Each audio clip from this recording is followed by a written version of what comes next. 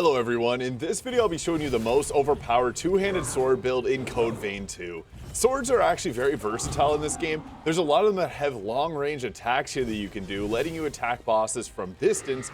Also, there's some fun things, like certain movesets will actually come out quicker if you do a jump attack with your weapon. So I'll be covering all the best strategies to make the most out of two-handed swords in this video. Now we'll just dive right in here. There is actually a greatsword if you're a fan of like Berserk and even Elden Ring, which has a greatsword. This functions kind of like it. It's the Iron Mass here, which is quite powerful. And then later on in the very late game, you can get this one from Craig, the Iron Mass of the Dawn. The Iron Mass is a lot of fun with its S plus scaling and strength, but a 19 strength burden, meaning you're likely not going to be able to get that quick dodge. However, the late game version of it does have that quick dodge because it has lower strength requirements.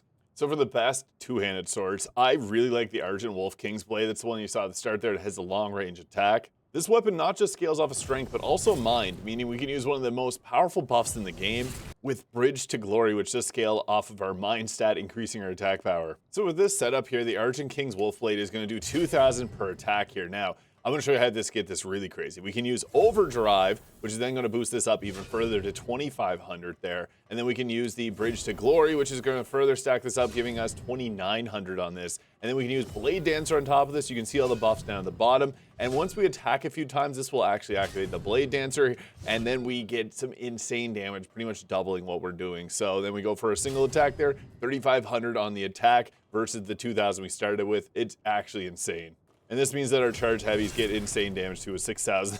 And the great thing is we can do this from range too. So yeah, you got an incredible sword here with the Argent Wolf's King Blade here. I also want to give props to the Ancient Hunter's Greatsword. All the Ancient Hunter's weapons in this game are great. They're honestly very powerful. This does have a nice stabbing attack, kind of similar to there's a few other weapons that have this exact moveset. I think it's a nice one. It's got some faster attacks there. It does come with some decent skills. It will help you out in the early game. I do think it falls off a little bit later on, but you can honestly beat the game with it. I do like the Cursed Blackblade Killer if you don't mind having a heavier dodge. It does have a higher burden in your dexterity, which does cause that to be a little bit of a pain. I'm also a fan of the Dryad Blade of the Winter Spirit, although you'll likely have to use Holly's Blood Code to use this with its willpower burden. I did use a Primordial Greatsword for a while. This is similar to the Ancient Hunter's Greatsword with that stabbing attack and like a bit of a different, the quick moveset.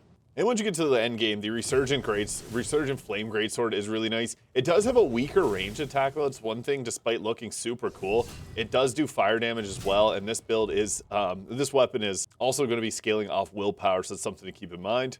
So yeah, if you go with the Holly build, you'll have a lot higher strength. It does have some pretty low stat requirements with a burden of 5, strength 3 dex, and 11 willpower. Idra's Talon's also another nice one. This is a legendary weapon here, and it has a really nice, interesting Lion's Claw-like moveset. It does have less requirements than the Iron Mass, which has the exact same moveset, but with this, it's going to be scaling off of our dexterity as well. Nameless Greatsword's fine. The Nage Makuro here is actually another decent one. Its charge heavy is actually a 2-swing attack here. It actually ends up doing less damage than some of the other ones here. Warp Blade is actually a really good one here with blood damage being added on top of it. It only has a 14 scaling and strength and 8 in fortitude there, so with some boosters you could make this work. But it's also got a moveset here with that charge attack that does blood damage. So I guess the top 3 weapons in my opinion here is the Argent Wolf King's Blade, which is not too hard to get. The Warp Blade is really good too in the end game. You can see there it actually has a bit higher damage and less of a strength burden. It has less burdens here with it spreading it between the fortitude. Ancient Hunter's Greatsword honestly can carry you to the end game, especially if you like the moveset. It's got a very nice quick attack and a poke with its charge heavy. Some people may like the Iron Mass if you like the Greatsword style movement. You do have a slower dodge until you can muster up and get the Mass of Dawn, which you have to give Craig a ton of gifts. It's a lot of a hustle to get. Now, as for blood codes, in most builds, we're likely going to want to use the Jose build. She's got the high strength and a good amount of dexterity. Noah's blood code also can work well, although he does have a lower strength on the end range here. He ends up being higher in dexterity, which obviously we want to have a maximum strength. Xenon's blood code is good too. Honestly, whenever you get to this point in the game, it's not a bad one here. He'll also distribute to your burdens between the different blood codes, or between like strength dex, mind, willpower, vitality, fortitude. And late game hero Xenon can be a pretty solid one, having a decently high strength. However, this does have a higher burden cost, which adds burdens onto it. And same with Hero Jose, it does have that +6 to the strength and mind burden, which does hamper this build a little bit. And if you want to use the Dryad Blade of the Forest Spirit, the Grotesque Skull Blade, or the Ancient Hunter's Greatsword, Holly's Blood Code code 3 is a good choice for you. It'll actually have a higher Ichor as well, meaning you can cast more spells. This is primarily just if you want to use the Dryad sword here. I think it's a really cool sword. I'm a fan of like druidic style builds. And also if you wanted to use the Resurgent Flame Greatsword, because this weapon does scale off of our willpower, and we have 41 willpower on this, so it actually makes this blade pretty strong. And then the charge heavy ends up being a little bit more powerful at 17k.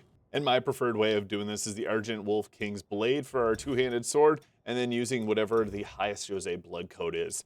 Now, when we look at offensive Formae, I honestly think that the Blood Reaver Blade ends up being the absolute best in this game. Some people like the Manus Rapacis here if you get it at the late game. And the MK Rosenritter for its range attacks can be nice. Honestly, his personal preference here with the Blood Reaver Blade being by far the best choice here with its insane damage. If you haven't used this before, basically you're going to pull it out here as a 4 Ichor cost, and you want to release it whenever it flashes for the second time. I did not get it that time. It'll hit in a larger area of effect, and you'll see there it does even more damage. You can do some pretty crazy stuff with it.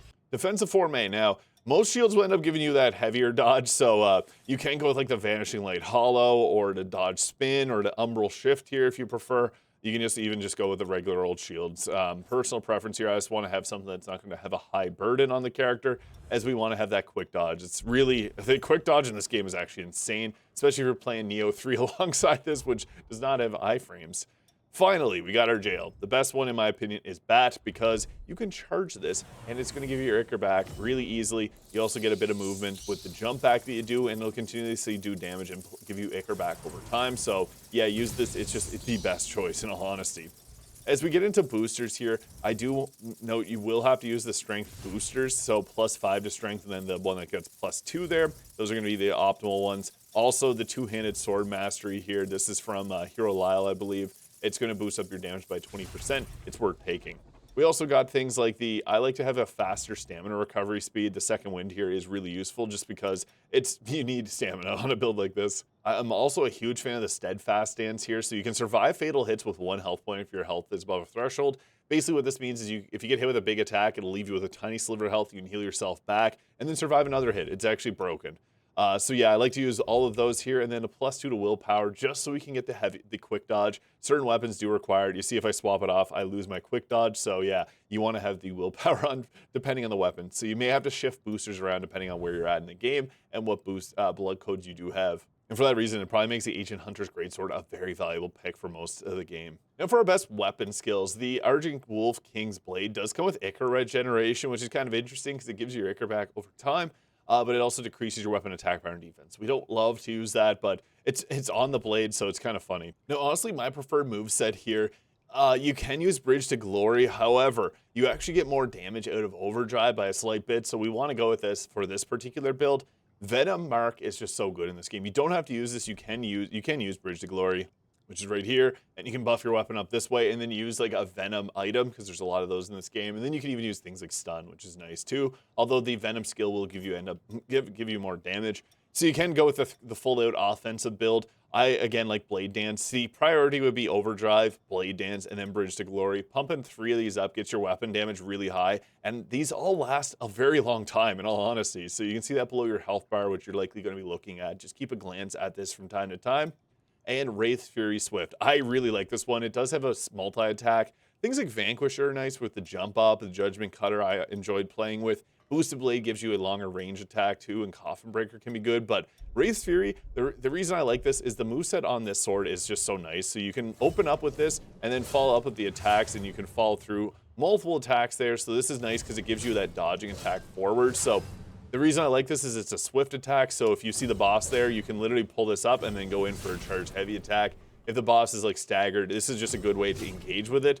But yeah, you can see there, solid damage. So with one attack with all of our buffs up, yeah, we actually got over 4,000 now, so we got our damage doubled here, which is insane. If you're able to double your damage, and you can see there, the tickers at the bottom is how fast it's going, so as it's continually going down, you can reapply your Blade Dance at any time, keep that up, and then just continue attacking, because the attacks are going to keep your attack power up. It's actually insane. You can just continually keep watching these and reapplying as you need be. I honestly think that this works best. You can also throw on some range attacks here. I just don't think with the scaling that it works best that way. I also do want to mention that jump attacks, again, are very quick to get off. So if you need like a little bit just to finish off an enemy, it's honestly best to just do a jump attack because you hit in a huge area of effect. The jump heavy I don't personally love, but it does a good amount of damage. You can see 9,000 damage. That's actually absurd. But the quick attack in the air is nice for if you're just going around mobbing. So when it comes to combat, we like to engage with this here. Oh, it's not the most ideal way to show that off, but you do need to stay a bit mobile here because while having a quick dodge, your attack animations, you'll be stuck in them for a long time. So yeah, keep an eye on your buffs whenever the boss is in a movement where you don't want to get in close to them. But yeah, you see there, our attacks are doing insane amounts of damage already. Going with the charge heavy there, you can do some insane stuff, get a lot of blood on the enemy, and then you can go with your charge, or you go with your jail there to be able to replenish and get back all your ichor. But the combos that we want to be doing are typically near the back of the boss so that we can just avoid getting hit by them. And you see there, we took that boss down very quickly. So yeah, that is an insane build for two-handed swords in Code Vein 2. Let me know your thoughts in the comments. Hit the subscribe button below if you enjoyed, and I hope you guys all have a great day.